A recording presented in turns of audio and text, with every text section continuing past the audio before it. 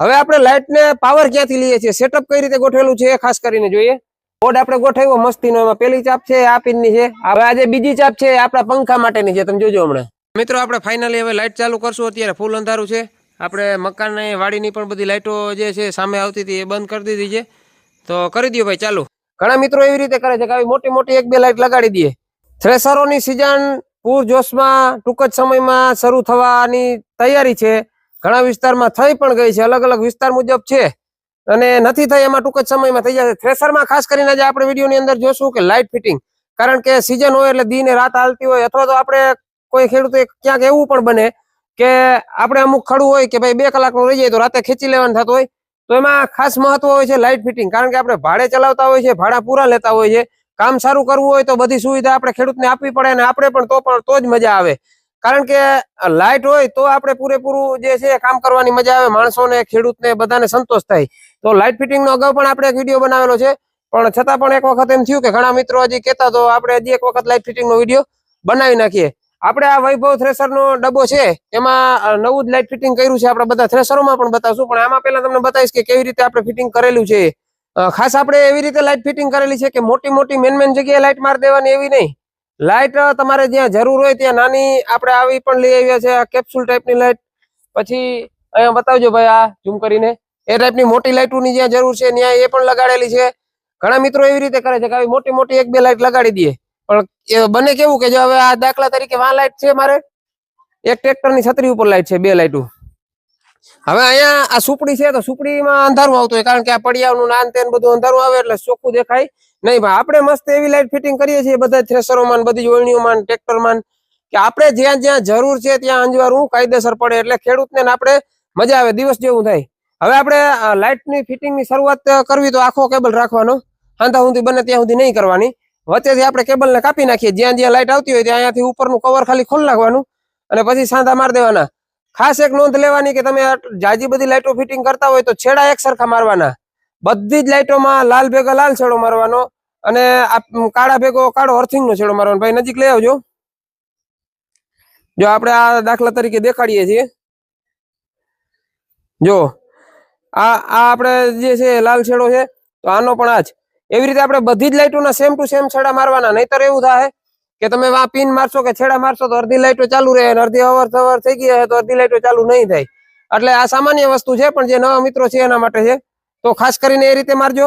હવે હું તમને બતાવી દઉં કે આપણે કઈ રીતે લાઇટો મારેલી છે। આ કેપ્સ્યુલ લાઇટો છે, આ ટાઈપની, તમારે જે ટાઈપની હોય એવી લઈ શકો છો, અને એલઈડી બધી જગ્યાએ આપણે મારી છે, જેથી કરીને ચાર્જિંગ ઉતરવાની શક્યતા, આપણે ઘણી લાઇટો થઈ જાય તો એ પણ બેટરીને બહુ જફા ન આવે। અને હજી આપણે અંધારું થઈ જશે પછી પણ ચાલુ કરીને હમણાં બતાવીએ, પણ પેલા ક્યાં ક્યાં લાઇટ મારેલી છે એ તમને બતાવી દઉં। હવે પેલા તો આપણે આમાં થ્રેસરમાં એક દિવસ વિચારી લીધું કે ક્યાં ક્યાં લાઇટની જરૂર પડશે, પછી એ મુજબ આપણે શરૂઆત કરી। જો તમે ઉપર સ્ટોરેજ છે ત્યાં એક લાઇટની જરૂર હોય તો ત્યાંથી લાઇટની શરૂઆત કરી છે, તો ત્યાં કેબલ પણ વધારે લાંબો રાખી દીધો છે, કે સ્ટોરેજ છે એનો માપ કરી લીધો છે કે કેટલો કેબલની જરૂર છે, અને કેબલ પણ એવી રીતે મૂકેલો છે કે સ્ટોરેજ ક્યારેય હેઠું મૂકે તો ક્યાંય કેબલ આવીને તૂટી ના જાય, જેથી કરીને લાઇટમાં કઈ ફોલ્ટ ના થાય, તો છેડા ભેગા ન થાય। હવે સ્ટોરેજમાં એક લાઇટ રાખી દીધી છે, ત્યાંથી એમને કેબલ ત્યાંથી શરૂઆત કરી ફિટિંગ કરવાની। એમને અહીંયા આવતા ગયા છે, અમુક ક્લિપો આપણે લઈ આવ્યા હતા, આવો ક્લિપો સસ્તી આવે, કઈ મોંઘી ન આવે, આવી નાની મોટી તમે ક્લિપો લઈ આવો તો થઈ જાય સેટિંગ। મિત્રો આપણે ફાઇનલી હવે લાઇટ ચાલુ કરશું, અત્યારે ફૂલ અંધારું છે। આપણે મકાનની વાડીની પણ બધી લાઇટો જે છે સામે આવતી હતી એ બંધ કરી દીધી છે, તો કરી દો ભાઈ ચાલુ।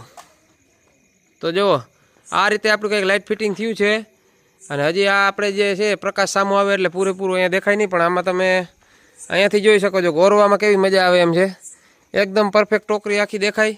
અને ખાસ તમને કહી દઉં કે આપણે ફ્લેશ લાઇટ પણ ચાલુ નથી કરેલી, જુઓ તમે, બંધ છે ફ્લેશ લાઇટ પણ।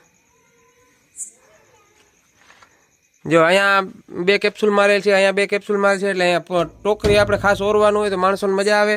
એલિવેટરમાંથી માલ પડતો હોય એ પણ કમ્પ્લીટ દેખાય। આ 2 લાઇટો આપણે આની પણ ભેગી ચાલુ છે। પછી હવે આગળ જો વાત કરું તમને, અહીંયા ખાસ તો મેં તમને કીધું તો એ રીતે સુપડી જોવો, અહીંયા સુપડી એ કમ્પ્લીટ દેખાય।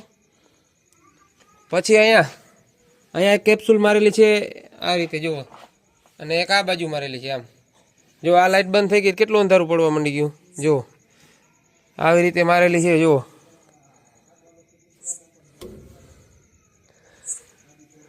પછી અહીંયા એક મારેલી છે, કારણ કે આ સુપડીઓમાં આવતું હોય, આપણે કંઈ જોવું હોય તો મજા આવે। હવે અહીંયા છે આ રીતે તમે જોઈ શકો છો પાથરા માટે. તો જો કેમ અંજવારું પડે ખેતરમાં. હવે આમાં ખેડૂતને કામ કરવાની મજા જ આવે ને. આપણે સામે કોઈ પણ લાઇટ ચાલુ નથી હો, આની જ લાઇટ ચાલુ છે. પછી એક અંદર સ્ટોરેજમાં મૂકેલી છે લાઇટ, કે સ્ટોરેજ દેખાય આખો.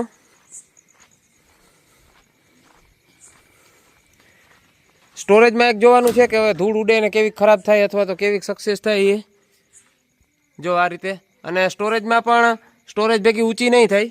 સ્ટોરેજ અહીંયાથી નોખો પડી જશે. લાઇટ આ બાજુના પાઇપમાં મારેલી છે એટલે લાઇટ ન્યા રહેશે. એટલે આપણે કેટલો ભરાણો શું છે એ પણ જોવું હોય તો આસાનીથી આપણે જોઈ શકીએ દિવસની જેમ. અને બસ એક ઉપર સ્ટોરેજમાં છે મૂકેલી લાઇટ, એ પણ તમને બતાવી દઉં હમણાં.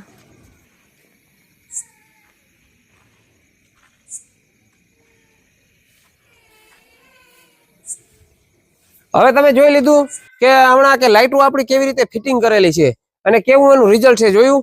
હવે આપણે લાઇટને પાવર ક્યાંથી લઈએ છીએ, સેટઅપ કઈ રીતે ગોઠવેલું છે એ ખાસ કરીને જોઈએ. તો પેલી તો તમને વાત કરી દઉં તો આપણે છે ને ટ્રેક્ટરના બેટરી હોય ને એમાંથી ડાયરેક્ટ છેડા મારેલા છે આ રીતે. આમાં પાવર ને અર્થિંગ બે આમાં લઈ લેવાનો એક કેબલ, અને આ કેબલ આવે છે મેન પાવર નો જુઓ. અને આ એક બોર્ડ મારેલો છે જુઓ, તમે જોઈ શકતા છો. આ વર્ષે આપણે નવું કર્યું છે.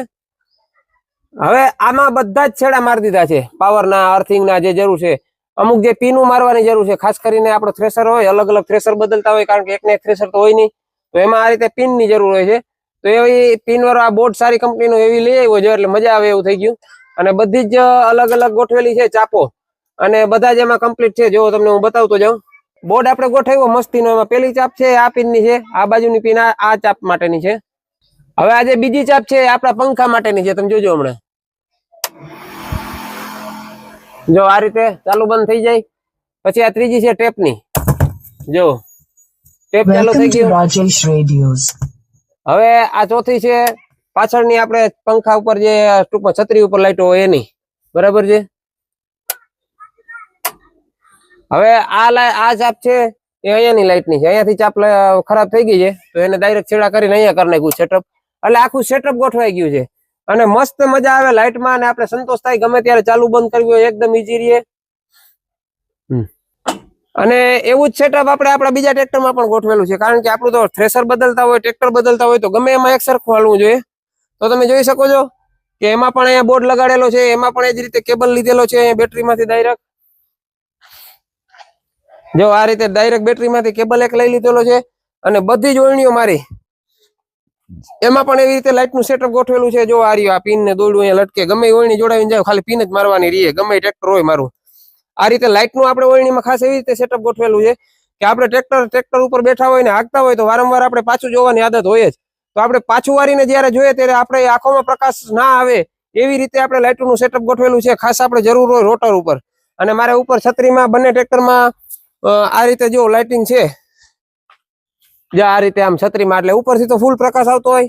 અહીંયા નીચે પારાબંધણાને જોવા માટેનું ખાસ આ લાઇટ આપેલી છે કે પારાબંધણામાં કેટલો ફાટો ભરે છે એ આપણે જમણી બાજુ આમ તો વારીને જોતા હોય તો જમણી બાજુ એની લાઇટ છે તો અહીંયા દેખાય.